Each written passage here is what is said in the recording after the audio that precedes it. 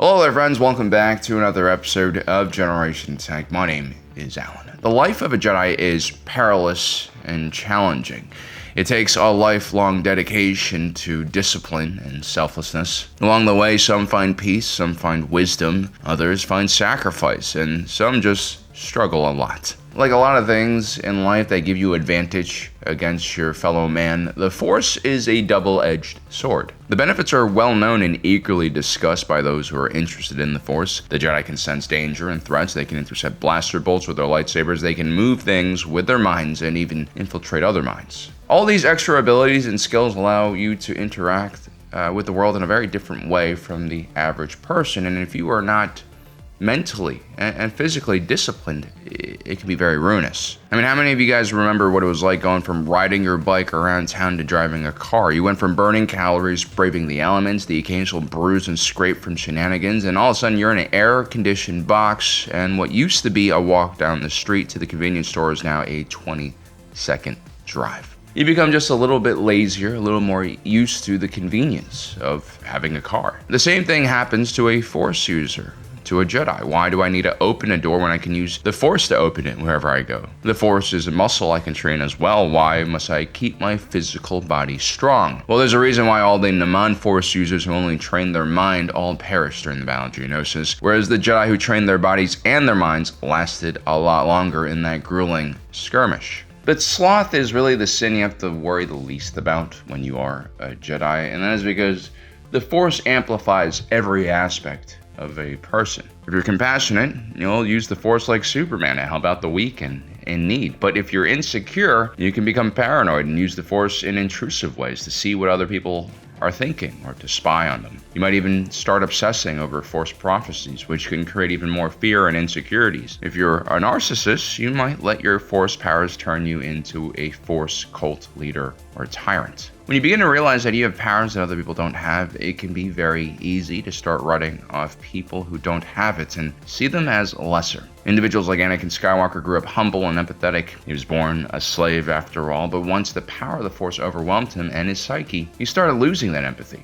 He started to see people as tools that he could use to fulfill his mission. And it was actually the Jedi who trained him to think this way. I mean, they were pretty lost as an organization by the late Republic era, and for Anakin, there was basically no consequences for him to act this way until everything started piling up at the end. All his life, Anakin could make mistakes, be extremely careless on the battlefield, and survive because he was gifted. That leads to increased risk-taking and impulsivity when things don't happen as expected. And that distorts his perception of himself. Other people talk about him behind his back with hushed tones. They call him the chosen one. Suddenly Anakin goes from being a slave boy from Tatooine to a warlord who is too impatient to wait for democracy, to serve the Republic. Instead of protecting the weak, suddenly his job turns into bringing justice and security to his new empire. What happened to Anakin can happen to all of us. The rapid change we see as he goes from being a good-natured child to a savage Sith Lord is not just a personal failing because Anakin is weak or stupid. It is an inevitable result of having superpowers and not being trained properly to deal with it. Most people who dream of power never realize how quickly it can twist who you are and change how you view and interact with the world. Being a Force user doesn't sound as fun when you frame it that way, right? Well, now imagine you had an enemy who intimately understands what having the Force is like, all the temptations and pitfalls, and then manages to devise a weapon that doesn't just destroy a Jedi, but can turn them to the dark side. That sounds terrifying. Long before the Clone Wars, long before the 1,000 years of peace that preceded it, the galaxy was actually in a much more balanced and also chaotic state. This was the old Republic era, and it wasn't just the Jedi who patrolled the hyperspace lanes. There were an equal amount of dark side Force users, generally aligned with the Sith, running around the galaxy as well. There are also other offshoots, Dark Jedi, Sith cultists, and for the purposes of this story, two very bored aristocrats with all the right, or for the purpose of our story here, all the wrong personality defects. Satal and Alima Keto were cousins and heirs to the throne of the Empress Teta system. Located in the deep core of the Empress Teta systems was one of the first unified systems and power centers in the galaxy. Its formation predated even the foundation of the Republic. There are 7 worlds in the system, and many years ago, Empress Teta, who the system is named after, unified all the planets. It was a pragmatic move to make sure that their system wouldn't be swallowed up by larger galactic alliances or ripped apart by infighting. The Empress Teta systems were also well guarded by the many gravitational gravitational anomalies that blocked access to this area. There's also plentiful natural resources. This includes massive deposits of carbonite, an element that was used as coolant in early ship engines and reactors. Setalima Keto lived a life without consequence and struggle. There were socialites that enjoyed exploring all that life could offer, naturally because of their immense power and wealth. They could access pretty much anything in the galaxy, and soon became bored and sought out increasingly dangerous and forbidden things. This led to them establishing a secret society known simply as the Krath, which was named after like a mythical monster from their homeworld. They invited their other wealthy friends to join their organization. These were individuals who also found their own traditional Teton culture restrictive and uncool, and so they dressed like wizards and performed dark magical rituals and pretended to be sorcerers, because of course that is a lot cooler to do. But then things turned kind of serious. Setalima were part of an official diplomatic envoy to Coruscant. While their parents were dealing with political matters, the two cousins basically caused a diplomatic incident by sneaking into the Galactic Museum, where they stole an ancient Sith spellbook. Now, these two were unable to read what was actually in the book.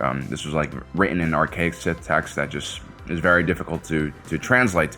But they did hear about a dark side uprising on the world of Onderon, and so they decided to travel there and seek help. When the two arrived on the planet on their luxury yacht, they stumbled across the Second Battle of Onderon. Worshippers of the Dark Lord of the Sith, Freedon Nad, known as Naddus, were engaged in a ferocious battle against the Jedi-led Republic army. Freedon Nad was a fallen Jedi from an earlier period. His spirit still inhabited the planet of Onderon, which he had conquered centuries ago. The current ruler, King Omen, who was leading the Naddus, was directly under his influence. Just before the defeat of the Naddus and King Omen, the Keto cousins managed to reach him, and in exchange for providing him a copy of their spellbook, he gives them a Sith amulet that allowed them to read their spellbook. The timing is really perfect because shortly after, the Jedi do break into the king's castle, kill him, and end the Naddus rebellion, at which point Freedon Nad's spirit pivots towards the Keto's cousins and then gives them the task of building a new Sith empire, something that King Omen was supposed to do but had failed. Although Alima and Setel were not naturally gifted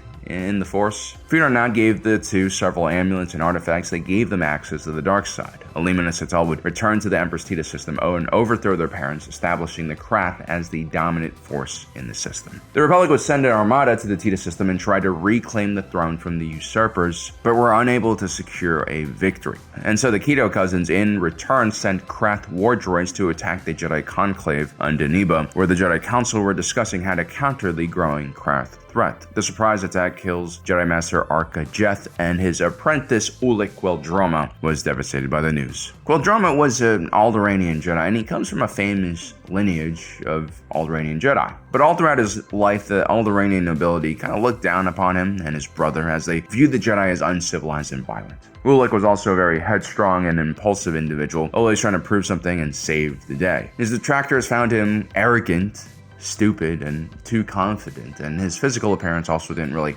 help him that much either. He was basically a massive brute, and his head was a gigantic cinder block. His jawline made the common man insecure. Qel-Droma, still mourning the death of his Jedi Master, decides to infiltrate the Krath, seeking revenge. But the Keto cousins are prepared for him. Alima senses the power and volatility in Qel-Droma and creates a fake assassination, allows Ulic Qel-Droma to be the hero he always wants to be. After being saved by Ulic, Alima begins to seduce the Jedi and knocks him out with drugs. Ulic Qel-Droma wakes up in a dungeon, and he is being tortured now by Setal Keto, who is trying to find out what he is after. During the interrogation, Setal injects the Jedi with a specially brewed Sith poison. See, while the Keto cousins lacked true Force abilities, the Sith of this era had a lot of different techniques and I guess you could call them Force sciences that even a non-Force user could access. This includes Sith alchemy. The Sith were always far more intrusive in how they handled the Force. They weren't afraid of experimenting and pushing the Force to its natural limits. This led to experiments where Force users manipulated the world around them at the molecular level using their connection. This can lead to a wide range of abilities. For instance, one of the earlier forms of mind tricks being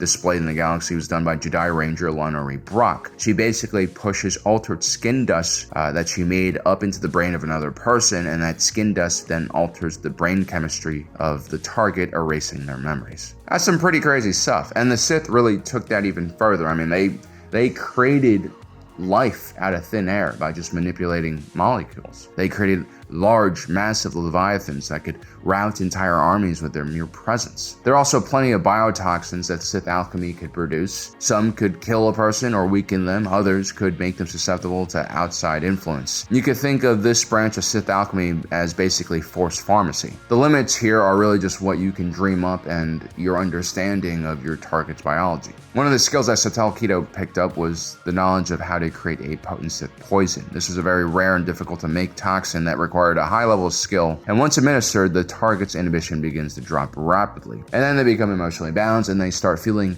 massive amounts of rage, which of course unleashes the dark side from within them. This is especially dangerous for someone with Qel-Droma's personality type. Like Anakin, he had unresolved issues which fed into his anger. Even with his Jedi training and discipline, the chip on his shoulder was always there to weigh him down. When Qel-Droma is initially injected with the poison, his body immediately reacts to it and he releases a wave of dark energy that destroys his restraints. Qel-Droma makes the mistake of thinking that he can resist the powerful drug, and he sets off on a series of jobs for the Krath in order to prove his loyalty. But soon it becomes harder for Qel-Droma to control his impulses. He ends up slaying Satel Keto, which only increases his rage and anger. Qel-Droma would become a full-blown Sith Lord within the coming days, joining Exar Kun and other fallen Jedi in a devastating conflict against the Republic known as the Great Sith War. He would use his immense force abilities to defeat the leaders of the Mandalorians and forge the first great alliance between the warrior race and the Sith. He would also lead this combined army of the Sith with the Krath and the Mandalorians against the Republic Navy, winning many decisive battles, including capturing the Republic shipyard, Phobos. Ultimately, the only thing that could break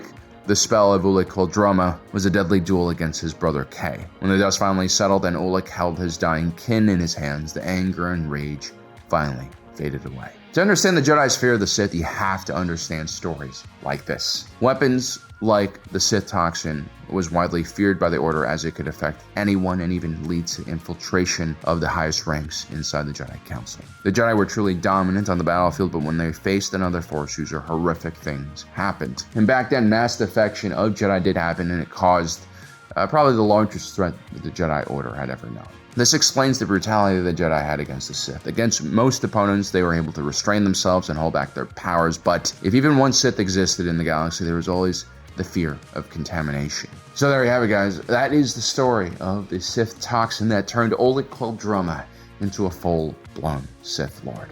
Pretty crazy stuff. I hope you guys enjoyed today's video. Don't forget to subscribe and hit that notification button down below so you don't miss out on the rest of our awesome content. As usual, my name is Alan, reminding you that my allegiance is to the Republic, to democracy. I'll see you next time.